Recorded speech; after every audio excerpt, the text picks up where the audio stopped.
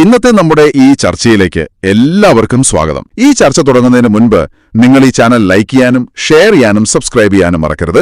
നിങ്ങളുടെ പിന്തുണ ഞങ്ങൾക്ക് വളരെ പ്രധാനപ്പെട്ടതാണ്. അപ്പോൾ ശരി, നമുക്ക് വിഷയത്തിലേക്ക് കടക്കാം. എന്റെ പ്രിയ കൂട്ടുകാരൻ, സുന്നത്ത് ജമാഅത്തിന്റെ കാര്യങ്ങളിൽ അൽഹംദുലില്ലാഹ് സജീവമായി അവിടുത്തെ സമയങ്ങൾ ദീനിന് വേണ്ടി ചെലവഴിക്കുന്ന ഒരു വ്യക്തിത്വമാണ്. അതുകൊണ്ട് എന്റെ പ്രിയപ്പെട്ട മുഅ്മിനീങ്ങളോട് മുഅ്മിനാത്തുകളോട് ഓർമ്മപ്പെടുത്തുന്നു, നമ്മളാൽ കഴിയുന്ന ഒരു ചെറിയ സഹായം അക്കൗണ്ടിലേക്ക് നിങ്ങൾ എത്തിച്ചു കൊടുക്കണം. നിങ്ങൾ നൽകുന്ന സ്വാലിഹായ സ്വതക്ക അള്ളാഹു നാളെ ദുനിയാവിലും ആഖിറത്തിലും വലിയ ഫലമുള്ള സ്വതക്കയായി അള്ളാഹു കബൂൽ ചെയ്യട്ടെ. വളരെ രസകരമായ ഒരു കാര്യം, അല്ലെങ്കിൽ വളരെ വിചിത്രമായി തോന്നുന്ന ഒരു കാര്യം, മധ്യസ്ഥന്മാർ എന്ന് ഇപ്പോ സംസാരിക്കുന്നവരൊക്കെ പറയും. സത്യത്തിൽ മധ്യസ്ഥന്മാർ ഒരു തവണ പോലും ഈ രണ്ട് ഭാഗത്തുള്ള ആളുകൾ ആരാണെന്ന് വെച്ചാൽ ആ ആളുകളെ കൂട്ടിയിരുത്തിയിട്ട് മധ്യസ്ഥ ശ്രമം നടത്താൻ അവർക്ക് സാധിച്ചിട്ടില്ല. കേരളത്തിൽ മധ്യസ്ഥ ശ്രമങ്ങൾക്കൊക്കെ മുൻകൈ എടുക്കുന്ന പ്രമുഖരായ ആളുകളാണ് ഇപ്പോൾ ഈ മധ്യസ്ഥ ശ്രമം നടത്തിയിട്ടുള്ളത്. പക്ഷെ രണ്ടു കൂട്ടരെയും അപ്പുറത്തും ഇപ്പുറത്തും ഇരുത്താൻ പറ്റിയിട്ടില്ല. കാര്യങ്ങളുണ്ട്. ഇത് സയ്യിദ് ഹൈദരലി ശിഹാബ് തങ്ങൾ റെക്ടറായിരുന്ന ആദ്യ സമയം മുതൽ പല സന്ദർഭങ്ങളിലും പല കാര്യങ്ങളും സ്വാഭാവികമായി പറഞ്ഞതുണ്ട്, അല്ലെങ്കിൽ ചില പ്രത്യേക പശ്ചാത്തലത്തിൽ പറഞ്ഞതുണ്ട്. അതൊക്കെ അംഗീകരിച്ച് അതിനൊക്കെ കൃത്യമായി മറുപടി അല്ലെങ്കിൽ ആവശ്യമായ രീതിയിൽ അംഗീകരിച്ച് മുന്നോട്ട് പോവുകയാണ് നമ്മൾ ചെയ്തിട്ടുള്ളത്. ഒരു കാര്യം പോലും അംഗീകരിക്കാതിരുന്നിട്ടില്ല. നടപടി എടുക്കുന്നതിന് മുമ്പ് സമസ്ത ആവശ്യപ്പെട്ട മുഴുവൻ കാര്യങ്ങൾ അംഗീകരിച്ചിട്ടുണ്ട് എന്ന് പറഞ്ഞാല് നിങ്ങൾ ഓർക്കുന്നുണ്ടാകും, ഒരു സമയത്ത് സുപ്രഭാതത്തിൽ സമസ്ത CIC പ്രശ്നം തീർന്നു, പരിഹരിച്ചു എന്ന് പറഞ്ഞിട്ട് പത്ര റിപ്പോർട്ട് വന്നിട്ടുണ്ട്. അതിനുശേഷവും പിന്നെ പറയുന്നത് അതിന് മുമ്പുള്ള പ്രശ്നങ്ങളാണ്. അപ്പൊ ശരിക്ക് ഇത് മനസ്സിലാക്കേണ്ട ഒരു കാര്യം, നമ്മൾ ഒരു കത്ത് തരുന്നു, ആ കത്തിന് നമ്മൾ മറുപടി കൊടുക്കുന്നു, പിന്നെ അത് സിൻഡിക്കേറ്റിൽ വർക്കിംഗ് കമ്മിറ്റിയിൽ വെക്കണം എന്ന് പറയുന്നു, വർക്കിംഗ് കമ്മിറ്റി കൂടുന്നു, പിന്നെ സെനറ്റിൽ എന്ന് പറഞ്ഞാൽ ജനറൽ ബോഡിയിൽ വെക്കണം എന്ന് പറയുന്നു, ജനറൽ ബോഡിയുടെ അംഗീകാരത്തിന് ശേഷം ആണിത് തരേണ്ടതെന്ന് പറയുന്നു, അത് ചെയ്യുന്നു. ഈ ഓരോ സമയത്തും നമ്മൾ ചെയ്യുമ്പോൾ പുതിയൊരു വിഷയം ആഡ് ചെയ്തിട്ടുണ്ടാവും. അങ്ങനെ നിരന്തരം ശരിക്കും പറഞ്ഞാല് ഇത് പ്രശ്നം തീരരുത് എന്ന് ഉള്ള വിധത്തിലാണ് പലപ്പോഴും പെരുമാറിയിട്ടുള്ളതെന്ന് തോന്നാറുണ്ട്. ഇപ്പൊ അവസാനം പറയുന്ന ഒരു കാര്യം, ഒരു 9 നിർദ്ദേശങ്ങളുടെ കാര്യം പറയുന്നുണ്ട്. ഈ 9 നിർദ്ദേശത്തിൽ പോലും ഇതിൽ വളരെ രസകരമായ ഒരു കാര്യം, അല്ലെങ്കിൽ വളരെ വിചിത്രമായി തോന്നുന്ന ഒരു കാര്യം, മധ്യസ്ഥന്മാർ എന്ന് ഇപ്പോ സംസാരിക്കുന്നവരൊക്കെ പറയും. സത്യത്തിൽ മധ്യസ്ഥന്മാർ ഒരു തവണ പോലും ഈ രണ്ട് ഭാഗത്തുള്ള ആളുകൾ ആരാണെന്ന് വെച്ചാൽ ആ ആളുകളെ കൂട്ടിയിരുത്തിയിട്ട് മധ്യസ്ഥ ശ്രമം നടത്താൻ അവർക്ക് സാധിച്ചിട്ടില്ല. കേരളത്തിൽ മധ്യസ്ഥ ശ്രമങ്ങൾക്കൊക്കെ മുൻകൈ എടുക്കുന്ന പ്രമുഖരായ ആളുകളാണ് ഇപ്പോൾ ഈ മധ്യസ്ഥ ശ്രമം നടത്തിയിട്ടുള്ളത്. പക്ഷെ രണ്ടു കൂട്ടരെയും അപ്പുറത്തും ഇപ്പുറത്തും ഇരുത്താൻ പറ്റിയിട്ടില്ല. പലപ്പോഴും ഈ മധ്യസ്ഥന്മാര് നമ്മുടെ അടുക്കൽ വരുമ്പോ ഞങ്ങൾ പറയും ഞങ്ങൾക്കൊന്ന് കൂടിയിരിക്കാൻ, ഞങ്ങൾ ഉസ്താദുമാരല്ലേ, നമ്മുടെ സംവിധാനല്ലേ, ഒന്ന് കൂടിയിരുന്ന് ചർച്ച ചെയ്തുകൂടെ എന്ന് ചോദിക്കും. അപ്പൊ ഞങ്ങൾ അതിന് ശ്രമിക്കാം, അടുത്ത പ്രാവശ്യം എന്തായാലും കൂടിയിരിക്കണം. എന്നിട്ട് ശരിക്കും പറഞ്ഞാൽ എഴുതിയ ക്ലോസുകളിൽ കൂടിയിരുന്ന് ചർച്ച ചെയ്യണം എന്ന് വരെ ചേർത്തിയിട്ടുണ്ട്. പക്ഷെ ഒരിക്കൽ പോലും അത് നടന്നിട്ടില്ല. ഒരിക്കൽ പോലും കൂടിയിരുന്ന് ചർച്ച. അപ്പൊ മധ്യസ്ഥന്മാര് ആ ഭാഗത്തുള്ള കാര്യങ്ങൾ കേൾക്കുന്നു, ഉസ്താദുമാരുടെ ഭാഗത്തുനിന്ന് കാര്യങ്ങൾ കേട്ട് ഇവിടെ വന്ന് പറയുന്നു. സ്വാഭാവികമായി എഴുതി കൊണ്ടുവരുന്ന കാര്യം നമ്മളടുക്കൽ അവർ കൊണ്ടുവരുന്നത് നമ്മുടെ കൂടി അഭിപ്രായം കേൾക്കാനും പറയാനുമാണ്. അപ്പോൾ മധ്യസ്ഥന്മാർ പറഞ്ഞതനുസരിച്ച് അവർ പറയുന്ന ഒരു രീതിയിൽ അംഗീകരിച്ചിട്ടാണ് ആ 9 കാര്യം അവസാനം നമ്മൾ കൊടുത്തിട്ടുള്ളത്. ആ 9 കാര്യം നമ്മൾ കൊടുത്തപ്പോൾ അതിൽ ഒപ്പിടേണ്ടത് സെക്രട്ടറിമാരെന്നെ ഒപ്പിടണം എന്ന് പറഞ്ഞത് മാറ്റി. സെക്രട്ടറിമാര് എല്ലാവരും വ്യക്തിപരമായിട്ട് ഒപ്പിട്ടു. ആ സമയത്ത് ഇത് ഇനിയും മാറ്റേണ്ടി വരുമെന്ന് തോന്നിയ ഒരു സന്ദർഭത്തിൽ, കാരണം നമ്മളിങ്ങനെ കൊടുക്കുകയാണ്, ഓരോ സമയത്ത് ഒപ്പിട്ട് കൊടുക്കുന്നു. ആദ്യം ഒരാൾ ഒപ്പിട്ട് കൊടുക്കും, അപ്പോൾ അത് പോരാ, എല്ലാവരും ഒപ്പിടണം എന്ന് പറയും. അപ്പൊ നമ്മൾ എല്ലാവരും ഒപ്പിട്ട് കൊടുക്കും. എന്നിട്ട് ഇങ്ങനെ മാറ്റി ലാസ്റ്റ് നമുക്ക് തോന്നി ഇത് വെറുതെ നമ്മളിങ്ങനെ ബുദ്ധിമുട്ടിക്കുകയാണെന്ന് തോന്നിയ സന്ദർഭത്തിൽ മധ്യസ്ഥന്മാരായ ആളുകളോട് പറഞ്ഞത് ഓർക്കുകയാണ്, ഇനി നിങ്ങളൊന്ന് ഒപ്പിട്ടേരണത് അവസാനത്തതാണ്, ഇനി ഇത് മാറൂല എന്ന രീതിയിൽ ഇതിൽ ഒപ്പിട്ടേരണം എന്ന് പറഞ്ഞു. ആ ഒപ്പിട്ട സാധനം നമ്മുടെ ഫയലിലുണ്ട്. അപ്പൊ ചുരുക്കി പറഞ്ഞാല് മധ്യസ്ഥന്മാർ പറഞ്ഞത് പൂർണ്ണമായി അംഗീകരിച്ച് ഒപ്പിട്ട് നമ്മൾ കൊടുക്കുകയാണ് ചെയ്തിട്ടുള്ളത്. അത് അവിടെ എത്തിയില്ല എന്നുള്ള വിവാദങ്ങളൊക്കെ ഉണ്ട്, അത് നമുക്കറിയില്ല. നമ്മള് മധ്യസ്ഥന്മാരുടെ കയ്യിൽ കൊടുക്കുന്നു, മധ്യസ്ഥന്മാർ പറഞ്ഞതനുസരിച്ച് ഈ കാര്യങ്ങൾക്കൊക്കെ മുന്നിൽ നിന്നിരുന്ന പ്രമുഖനായ ആളുകളുടെ അടുക്കലാണ് ഇത് കൊടുത്തിട്ടുള്ളതാണെന്ന് പറയുന്നത്. പിന്നെ അതവിടെ എത്തിയിട്ടില്ല എന്ന് പറഞ്ഞ് വിളിച്ചതൊക്കെ ഇവിടെ പിന്നീട് ചർച്ചയായിട്ടുണ്ട്. ഏതായാലും ഇതാണ് അതിന്റെ യാഥാർത്ഥ്യം. അധ്യക്ഷൻ ജിഫ്രി മുത്തുക്കോയ തങ്ങൾ നമ്മുടെ പ്രതിനിധി വിജി തോമസുമായൊക്കെ സംസാരിച്ചിട്ടുണ്ട്. എന്താണ് അദ്ദേഹം പറയുന്നത് നോക്കാം അല്ലേ? കാന്തപുരത്തിന്റെ ഒരു വെറുപ്പില്ലല്ലോ, ആർക്കും ആരെയും സപ്പോർട്ട് ചെയ്യുക, ആരെയും ശക്തിപ്പെടുത്തുക, അങ്ങനല്ലേ? അപ്പോൾ അവർക്ക് അവരെ ശക്തിപ്പെടുത്താൻ തോന്നുകയാണെങ്കിൽ അത് അവരുടെ തീരുമാനമായിരിക്കാം. നമുക്ക് പറയാൻ പറ്റില്ല എന്തുകൊണ്ടാണ് അങ്ങനെ അവർ തമ്മിൽ വല്ല അടുപ്പമുണ്ടോ ഇല്ലെന്നൊന്നും നമുക്ക് പറയാൻ പറ്റില്ലല്ലോ. അത് രണ്ടിനും അവരാണ് മറുപടി പറയേണ്ടത്. അങ്ങനെ അടുപ്പുണ്ടോ ചെയ്യുന്നത്. എന്നാലും അവരങ്ങനെ ഇത് നമുക്ക് അതിലൊരു വിരോധമില്ല ആരോടും, മനസ്സിലായില്ലേ? നമ്മളിവിടെ ഈ AP വിഭാഗമാണെങ്കിലും അവരും ഐക്യത്തെ സംബന്ധിച്ച് പറയുന്നുണ്ട്. നമ്മളത് സ്വാഗതം ചെയ്യണം. നമ്മളാരെ സമസ്തയുള്ള ജമീയത്തിനോട് പറഞ്ഞിരിക്കണം ഇവിടെ ഏതെങ്കിലും ഒരു പിന്നെ മുസ്ലിം ലീഗിൻ്റെ സ്ഥാനത്തിന് തോൽപ്പിക്കണമെന്നോ എന്നൊന്നും സമസ്തയുള്ള ജമീയത്തുലമ ഈ ഇപ്പോൾ പഞ്ചായത്ത് തിരഞ്ഞെടുപ്പ് പറഞ്ഞോ? സമസ്തയുള്ള ജമീയത്തുലമ അങ്ങനത്തെ പറയേണ്ടത് ഞാനല്ലേ? ഇവിടെ കമ്മ്യൂണിസ്റ്റിനെ തോൽപ്പിക്കണമെന്നോ അല്ലെങ്കിൽ കോൺഗ്രസിനെ തോൽപ്പിക്കണമെന്നോ അല്ലെങ്കിൽ വലതുപക്ഷത്തിനെ തോൽപ്പിക്കണമെന്ന് ജയിപ്പിക്കുക അങ്ങനത്തെ ഒന്നും നമ്മൾ പറയാറില്ലല്ലോ. ജിഫ്രി മുത്തിക്കോയ തങ്ങളുടെ പ്രതികരണമാണ് നമ്മൾ കണ്ടത്. കാന്തപുരത്തിന്റെ AP വിഭാഗം സമസ്തയുമായി അടുക്കുന്നതിൽ തങ്ങൾക്ക് ഒരു എതിർപ്പുമില്ലെന്നാണ് ഇപ്പോൾ തങ്ങൾ പറഞ്ഞിരിക്കുന്നത്. ആർക്കും ആരെയും പിന്തുണയ്ക്കുകയും ശക്തിപ്പെടുത്തുകയും ചെയ്യാം. ലീഗിനെ സമസ്ത ഒരിടത്തും പിന്തുണയ്ക്കാതിരുന്നിട്ടില്ല. ലോക്സഭാ തെരഞ്ഞെടുപ്പിൽ മലപ്പുറത്ത് ലീഗ് സ്ഥാനാർത്ഥികൾ മണ്ഡലം മാറിയത് സമസ്തയെ പേടിച്ചിട്ടില്ല. സമസ്തയുടെ കേരള യാത്ര ഉദ്ഘാടനത്തിൽ സാദിഖലി തങ്ങൾ ബോധപൂർവ്വം പങ്കെടുക്കാതിരുന്നതല്ല എന്നും ഇപ്പോൾ തങ്ങൾ മനോരമ ന്യൂസിനോട് പറയുകയാണ്. എന്തായാലും ഇതുമായി ബന്ധപ്പെട്ടൊക്കെ ഈ കാന്തപുരം വിഭാഗം ലീഗുമായി അടുക്കുമ്പോഴൊക്കെ ഇത്തരത്തിൽ സമസ്ത ഐക്യ വിഭാഗമൊക്കെ എതിർപ്പുമായൊക്കെ രംഗത്തെത്തിയതൊക്കെ നമ്മൾ കണ്ടിട്ടുണ്ടായിരുന്നു. പക്ഷേ കാലമൊക്കെ മാറി ഇത്തരത്തിൽ പല സാഹചര്യങ്ങളും അങ്ങോട്ടും ഇങ്ങോട്ടും ഒക്കെ മാറി മറിയുന്ന സാഹചര്യത്തിൽ കൂടിയാണ് ജിഫ്രി മുത്തുക്കോയ തങ്ങളുടെ ഈ പ്രതികരണത്തിന് പ്രസക്തിയേറുന്നത്. അപ്പുറത്ത് ശ്വാസം മുട്ടിയാണ് ഈഴവർ കഴിയുന്നതെന്ന് വെള്ളാപ്പള്ളി എന്ത് കണ്ടിട്ടാണ് പറയുന്നതെന്ന് അറിയില്ലെന്ന് സമസ്ത അധ്യക്ഷൻ ജിഫ്രി മുത്തുക്കോയ തങ്ങൾ പറഞ്ഞിട്ടുണ്ട്. മുഖ്യമന്ത്രി വെള്ളാപ്പള്ളിയെ അനുകൂലിച്ചിട്ടില്ല. ഓരോരുത്തരും പറയുന്നത് തിരുത്തലല്ല, മുഖ്യമന്ത്രിയുടെ ജോലി.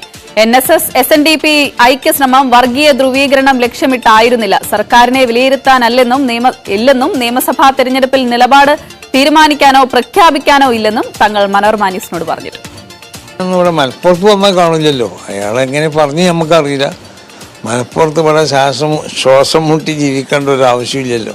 അപ്പം നമ്മളോടൊക്കെ ബന്ധപ്പെട്ട് പ്രവർത്തിക്കുന്ന ഈവരും അല്ലാത്തവരൊക്കെ ഉണ്ടല്ലോ, അവരൊക്കെ നമ്മളിൽ നിന്ന് വല്ല ഉപദ്രവം അവർക്ക് ഉണ്ടാവുന്നുണ്ടോ? ഒന്നും ഉപദ്രവം ഉണ്ടാവില്ല.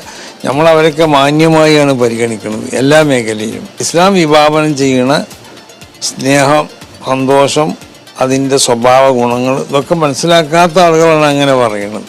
മുഖ്യമന്ത്രി അനുകൂലിച്ചത് ആണല്ലോ അത്രയും പ്രശ്നങ്ങൾ രൂക്ഷമാവാൻ കാരണം.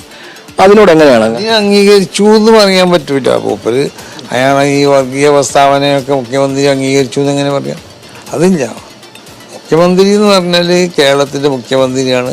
എല്ലാ രാഷ്ട്രീയക്കാരോടും എല്ലാ മതവിഭാഗക്കാരോടും മതമില്ലാത്തവരോടൊക്കെ സൗഹാർദ്ദത്തിലും സ്നേഹത്തിലൊക്കെയാണ് അദ്ദേഹം പെരുമാറുന്നത്. അങ്ങനെ പെരുമാറുകയും വേണം.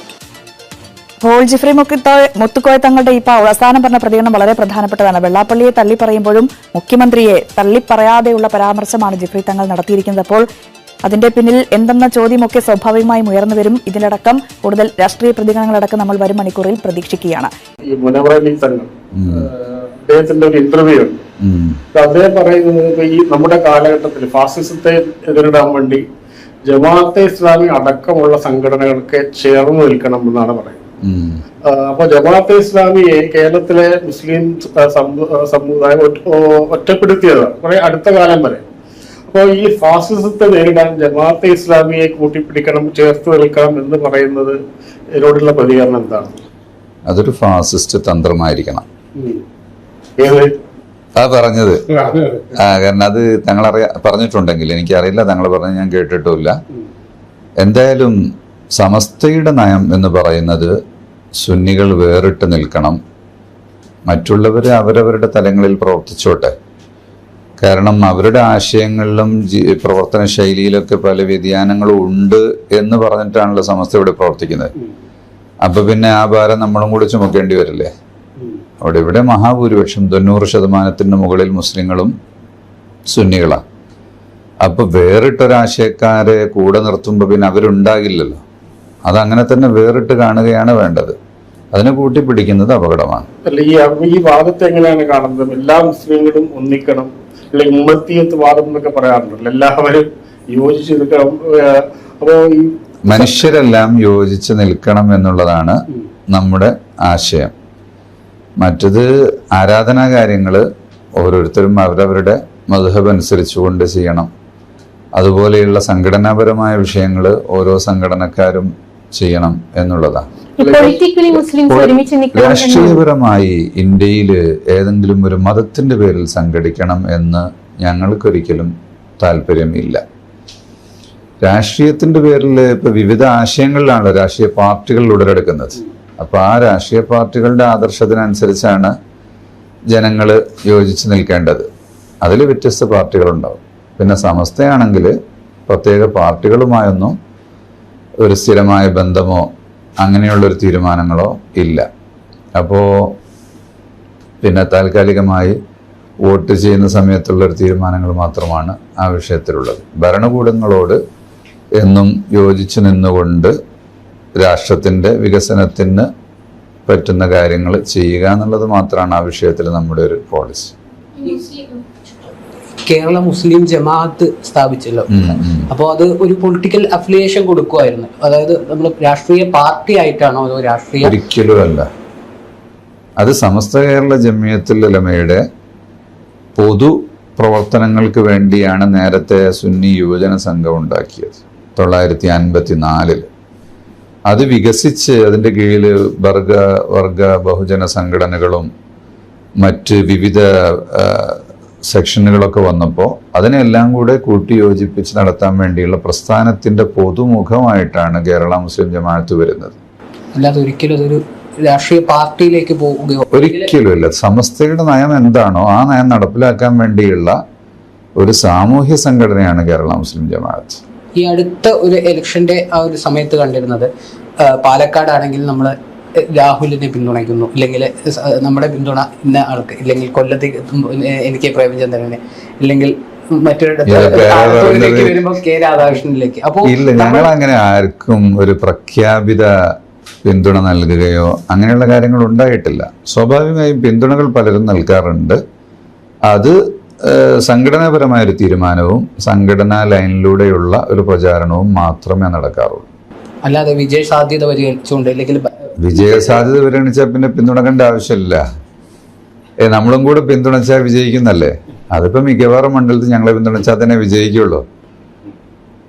അത് പൊളിറ്റിക്കൽ സാഹചര്യങ്ങൾ നോക്കിയിട്ടും നമ്മുടെ പ്രസ്ഥാനത്തിന്റെ വളർച്ചയ്ക്ക് ആരാണ് സപ്പോർട്ട് ചെയ്യാൻ നോക്കിയിട്ടും അതിനേക്കാളേറെ നാട്ടിൽ ഇന്ന് ആരാണ് ആവശ്യമെന്നൊക്കെ നോക്കിയിട്ടുള്ള പിന്തുണകൾ മാത്രമാണ് ഉണ്ടാവാറുള്ളത്. അല്ല, പൊതുവെയുള്ള ധാരണ കാന്തപുരം വിഭാഗം CPM-നാണ് എല്ലാ കാലത്തും പിന്തുണ കൊടുത്തത് എന്നുള്ളതായിരുന്നല്ലോ ധാരണ.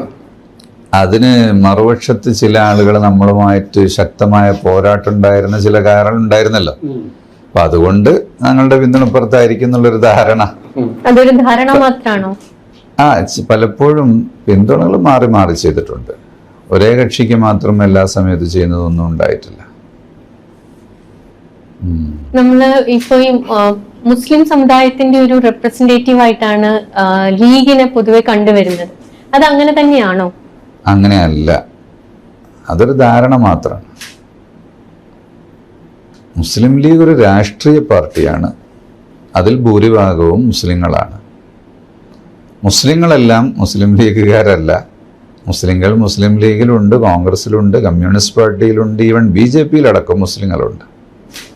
ഇപ്പോ മുസ്ലിം ലീഗിന്റെ ചിഹ്നമായ കോണിക്ക് വോട്ട് ചെയ്തില്ലെങ്കിൽ സ്വർഗത്തിൽ പോയില്ല എന്നൊക്കെ ഉള്ളൊരു പ്രഭാഷകന്മാരുടെ ഓരോ ആശയങ്ങളാണ്. അതൊന്നും ഒരു ഔദ്യോഗിക വാക്കുകളായിട്ട് എടുക്കാൻ പറ്റില്ല. ആ ഒരു ചിന്താഗതിയിൽ നിന്നൊക്കെ ഒരുപാട് മുന്നോട്ട് പോയിട്ടുണ്ടോ മുസ്ലിം സമുദായം? ലീഗിന് വോട്ട് ചെയ്തില്ലെങ്കിൽ സ്വർഗത്തിൽ പോയില്ല എന്നൊക്കെ ഉള്ളത് ആ ചിന്തയിൽ നിന്നൊക്കെ ഒരുപാട് മുന്നോട്ട് പോയിട്ടില്ല. നേരത്തെ ഇല്ല. അത് ഏതോ ഒരു പ്രഭാഷകൻ പറഞ്ഞൊരു കാര്യം മാത്രമാണ്. അതാരും അംഗീകരിക്കാൻ പോകുന്നത്. പിന്നെ ഇവിടെ ഒരു പൊതു ആശയമായി എടുക്കേണ്ടത് സമസ്ത പറയുന്നതാണ്. അല്ലെങ്കിൽ അതുപോലെ മുജാഹിദോ ജമാഅത്തോ അവരുടെ സംഘടന പറഞ്ഞാൽ നമുക്ക് അവരുടെ ഒരു പൊതു ആശയമായിട്ട് എടുക്കാൻ മതി. ഒറ്റപ്പെട്ട പ്രഭാഷകന്മാര് പ്രത്യേകിച്ചും ഈ ഐഡന്റിറ്റി ഇല്ലാത്ത, തിരിച്ചറിയാൻ കഴിയാത്തൊരവസ്ഥ പൊതുസമൂഹത്തിന് നന്നായി അനുഭവിക്കുന്നുണ്ട്. കാരണം ഒരു തലപ്പാവുധാരിയായ ഒരാൾ, ഇപ്പം ഞാൻ എന്തെങ്കിലും ഒന്ന് പറഞ്ഞാൽ അത് മൊത്തം മുസ്ലിം സമുദായം ഏറ്റെടുക്കേണ്ട ഒരു സ്ഥിതിയുണ്ട്. ഞാൻ ഒരു സംഘടനയുടെ ഔദ്യോഗിക ആള് എന്ന നിലക്ക് ഞാൻ പറയുന്നതിനൊരു ഉത്തരവാദിത്വം ഉണ്ട്. അതൊരു സത്യമാണ്.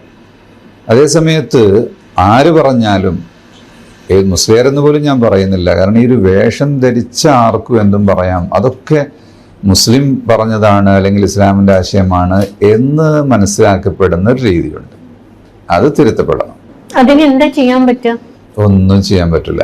ഈ സോഷ്യൽ മീഡിയ കാലത്ത് ഇതുപോലെ ഒരുപാട് തലപ്പാവ് ധരിച്ച ഒരുപാട് പേര് പലതും പറയുന്നത് നമ്മൾ കേൾക്കുന്നുണ്ട്. തലപ്പാവ് ധരിച്ചവര് പറയുന്നതോ കുരിശ് ധരിച്ചവര് പറയുന്നതോ പൊട്ടുതൊട്ടവര് പറയുന്നതോ ഒന്നും ഏതെങ്കിലും ഒരു മതത്തിന്റെയോ ആശയത്തിന്റെയോ അവരുടെ ഒരു റെപ്രസെന്റേഷൻ ആയിട്ട് എടുക്കാൻ പറ്റില്ല.